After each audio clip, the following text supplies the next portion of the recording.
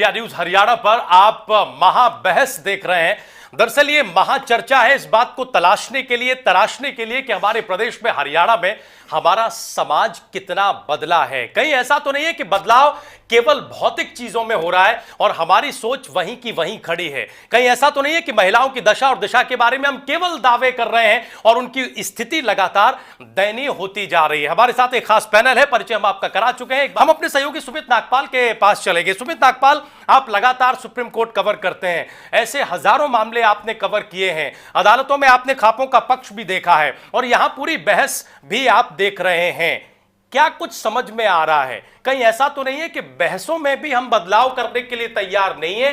हर एक व्यक्ति अपने स्टैंड पर पूरी तरह से फर्म है और इसी वजह से कोई स्थिति बदल नहीं रही है हमारे प्रदेश में। देखिए, आपको सबसे पहले तो ये समझना पड़ेगा कि जो कानून है वो लीगैलिटी से डील करता है, मोरालिटी से डील नहीं करता। सबसे पहले तो ये हमें बेसिक बात समझनी पड़ेगी। दूसरी बात, आपने आज जो सवाल उठाया वो ये उठाया कि जो लड़कियां हैं वो घर से क्यों भाग रही हैं, बलात्कार के मामले क्यों बढ़ रहे हैं। तो इसमें मैं आपको ये बता देता हूं कि जो मेरी समझ है, मेरे को ये लगता है कि लड़कियां जो हैं वो अब जागरूक हैं, अपने हकों के बारे में जानती हैं। उनको ये बात अच्छी तरह पता है कि हम अगर 18 साल की हो गई हैं तो हमें पूरा हक है अपना जीवन साथी चुनने का।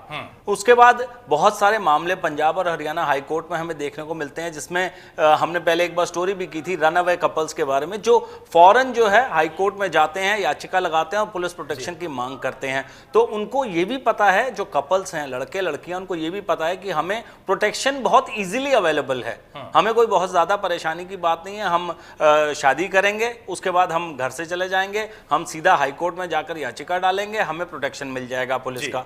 तो एक वजह यह है कि लड़कियां जो हैं, लड़के हैं जो जागरूक हैं, उनको अपने हक पता है। दूसरा, अब आपने कहा कि बलात्कार क्यों बढ़ रहे हैं, इस मामले में भी मैं आपको बताता हूं कि आपको यह ध्यान देना पड़ेगा कि इस साल फरवरी में कानून में बदलाव हुए हैं, बलात्कार की डेफिनेशन चेंज हो गई है। और उसके बाद क्या है, अगर लड़कियां जागरूक होती हैं, पढ़ी लिखी होती हैं, तो अब जो रिपोर्टिंग होती है बलात्कार के केसेस की वो ज्यादा होती है। ठीक है, पहले बहुत सारे मामले थे जो रिपोर्ट नहीं होते थे। दूसरा ये वजह है कि जो पुलिस है उसको अब इंस्ट्रक्शंस हैं कि आप ऐसे मामलों में आपको एफआईआर करनी पड़ेगी। अगर आप एफआईआर नहीं करते हैं तो अगर बाद में पता लगा कि ऐसा मामला आया था, कल्पेबिलिटी थी, और अब का जो प्रावधान है कानून का, मैं आपको बता दूं, अगर पुलिस वाला बलात्कार के मामले में एफआईआर नहीं करता तो उसके खिलाफ एक्शन हो जाएगा जी। तो ये सारी चीजें जो हैं, इसकी वजह से ये बदलाव आ रहे हैं और हम सोचने की कोशिश कर रहे हैं, हम समझने की कोशिश कर रहे हैं कि आखिर ऐसे मामले क्यों बढ़ रहे हैं। लेकिन आपको जो मैंने बेसिक मोटे मोटे रीजंस बताए हैं, वो अगर आप देखेंगे तो आपको समझ आएगा कि ये ट्रेंड क्यों चेंज हो रहा है। ठीक है, रामवीर कंडेला साहब हैं, आप कंडेला युवा क्लब के अध्यक्ष हैं। कंडेला साहब, आप किस पक्ष में बैठे हुए हैं?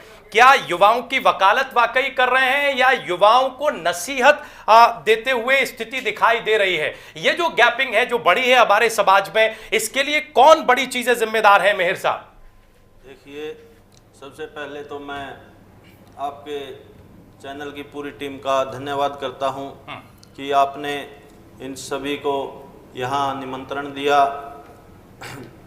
देखिए, मैं इस जो बलात्कार के केसेस बढ़ते हैं, जो भागने के केसेस बढ़ते हैं, इन सब के पीछे सबसे ज़्यादा जो असर है वो हमारे देश के अंदर जो हमारी संस्कृति थी, वो उस पर पश्चिमी जो सभ्यता है उसका सबसे बड़ा हाथ है इसके ऊपर। ठीक है, कि पश्चिमी सभ्यता का असर हमारे खासकर युवाओं पर, क्योंकि युवा जो होते हैं उनको आज़ादी पसंद होती है, वो किसी भी बंदिश में रहना पसंद नहीं करते।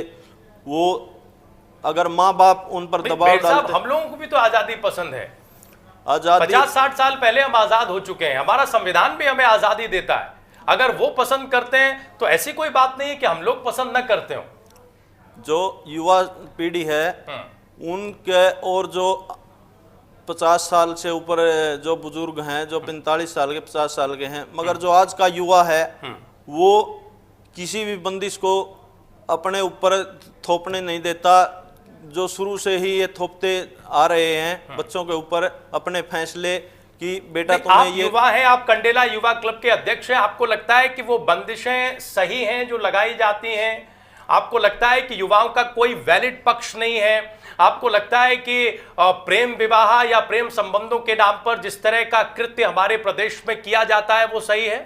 देखिए, प्रेम विवाह के संबंध में मैं ये कहना चाहता हूँ कि प्रेम विवाह कोई गलत चीज नहीं है।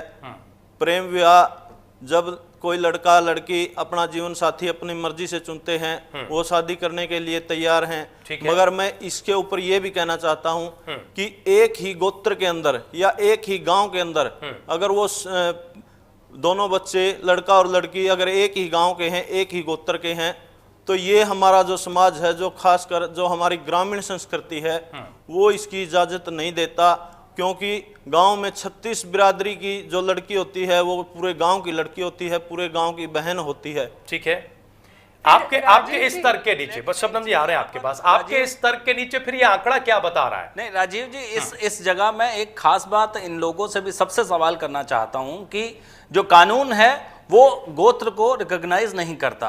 वहां पर सिर्फ अगर हम हिंदू लॉ की बात करें, स्पिंडा रिलेशनशिप है जो एक प्रोहिबिटेड डिग्री ऑफ रिलेशनशिप मानी जाती है।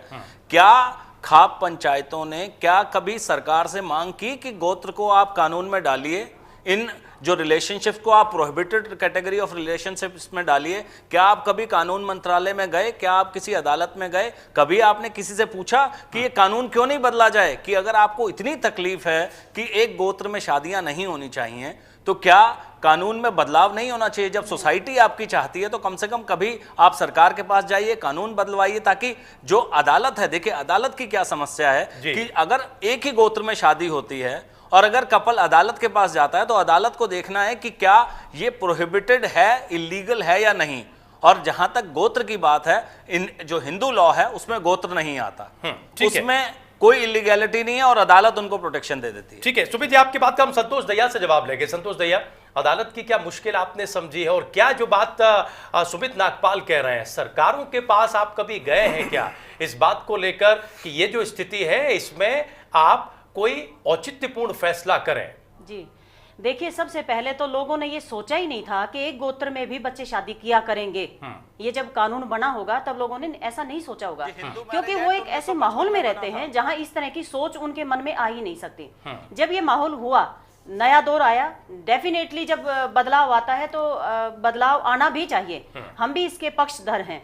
लेकिन बदलाव ऐसा आएगा ये किसी ने नहीं सोचा था। हमने अब सुप्रीम कोर्ट में ही डाला है आप ये कि हिंदू मैरिज एक्ट में 2 दशक तो हो गए जब इस तरह के मामले सामने आए हैं। हाँ, तब हमने डाला है। की तरफ से कोई ऐसी कोशिश नहीं हुई जो सवाल सुमित उठा रहे हैं? नहीं, हमने हिंदू मैरिज एक्ट में बदलाव के लिए काफी टाइम से हम मांग कर रहे हैं, लगभग 3-4 साल से हम लगातार मांग कर रहे हैं। और अब हमने सुप्रीम कोर्ट से अपनी एक अर्जी भी हमने डाली है कि इसमें बदलाव होना चाहिए, क्योंकि एक गोत्र में नॉर्दर्न इंडिया में हम शादी को कभी मंजूरी नहीं दे सकते। दूसरी बात, जो बच्चे ये भागने की बात हो रही है, मैं ये कहती हूं कि जो बच्चे +1 और 2 का बच्चा भाग रहा है, मुझे बताइए उसकी उम्र क्या होती है? सबसे पहली चीज, ऐसा देश जहां ना कानून की मैं यहाँ पे कड़े शब्दों में ये कहूंगी कि जहां कानून नहीं मिलता, कई सालों तक न्याय नहीं मिलता कानून में, ऐसे देश में जहां अगर बीमार हो जाते तो मेडिकल सुविधा नहीं है, ऐसे माहौल में जहां लोगों को पेट भर के रोटियां नहीं मिलती हैं, अनाज सड़कों पे सड़ता है, ऐसे देश में उन बच्चों का क्या होगा जिस ये जो +1, 2 के बच्चे भागते हैं, इनसे जो औलाद पैदा होगी उनका क्या होगा? उनको कौन संरक्षण देगा? मैं मानती हूं कि ये जब भागते हैं तो प्रोटेक्शन इनको मिलता है, लेकिन प्रोटेक्शन कितने दिन मिलेगा? सवाल है कि जितनी चीजें आप उठा रहे हैं, देखिए हम उसके जानना बाद ये चाह रहे हैं कि समस्या तो बहुत प्राइमरी लेवल पर है। नहीं, मैं कहीं ना कहीं परिवार की दूरी है बच्चे के साथ, बच्चा परिवार को या परिवार बच्चे को नहीं समझ रहा है, वो सहज नहीं है अपनी बात रखने में, उस परिवार में, उस समाज में इतना डर या खौफ, जो भी स्थिति है हमारे समाज की। सबसे बड़ी चीज आपने है, जिस भी कानून का भी उदाहरण, जितने भी उदाहरण दिए वो थोड़े बाद में हैं। अगर बच्चा अपने ही पिता से डर रहा है फिर इलाज क्या है? हमारे साथ रामकरण सोलंकी जी जुड़ गए हैं। रामकरण सोलंकी जी पालम 360 खाप के प्रधान है। सोलंकी जी, हम आज बहस यहां कर रहे हैं कि हमारे प्रदेश में जो लड़के लड़कियों के भागने का आंकड़ा है वो पिछले साल के मुकाबले डबल हो गया है। आखिर ऐसा क्यों हो रहा है? ये जो स्थिति है वो दिन पर दिन भयावह क्यों होती जा रही है? सोलंकी जी, देखिए, मैं सबसे पहले तो आपका इस बात के लिए धन्यवाद करता हूं कि आपने इस जागृति के लिए जो बात कही है कि पिछले साल के निस्बत इस बार ज़्यादा है। मैं उस बात से पहले एक बात आपसे कहना चाहता हूं, जैसे अभी आप कह रहे थे थोड़ी देर पहले जी जी कि कहीं किसी कानून के लिए या उसके लिए या कानून बनवाने के लिए कोई बात आप लोगों ने की।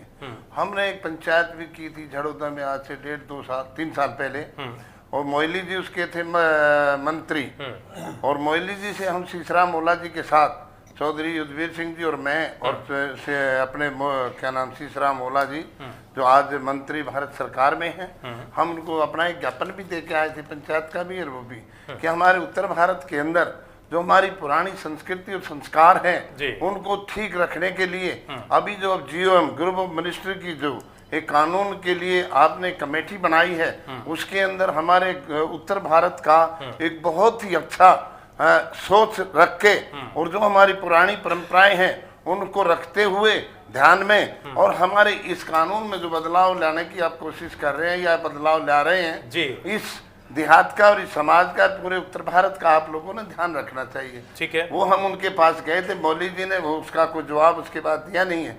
दूसरी बात ये है कि आज जो समाज है, समाज के अंदर हम हर बच्चे को हर परिवार में हर चीज में दो ही चीज़ों का उनको बताते हैं कि संस्कार और संस्कृति को जरूर रखना चाहिए।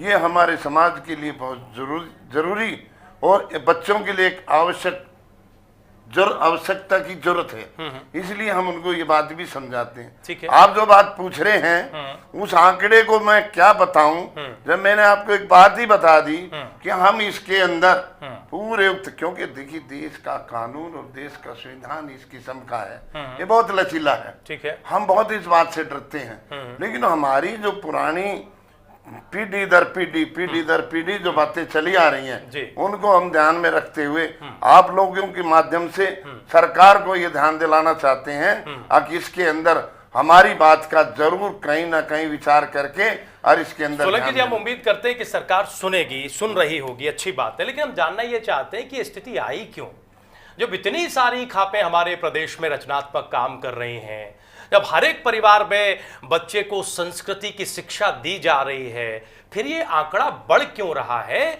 ये स्थिति भयावह क्यों होती जा रही है, हमारे समाज से हमारी खापों से गलती कहां पर हुई है सोलंकी जी? हम आज उसका विश्लेषण करने के लिए बैठे हैं, और अगर ये आंकड़ा एक साल में डबल हो गया, डबल से भी ज्यादा हो गया, तो आने वाले दिनों में क्या स्थिति बनेगी? क्या हम केवल सरकार की तरफ ताकेंगे या अपनी भी जिम्मेदारियां समझेंगे?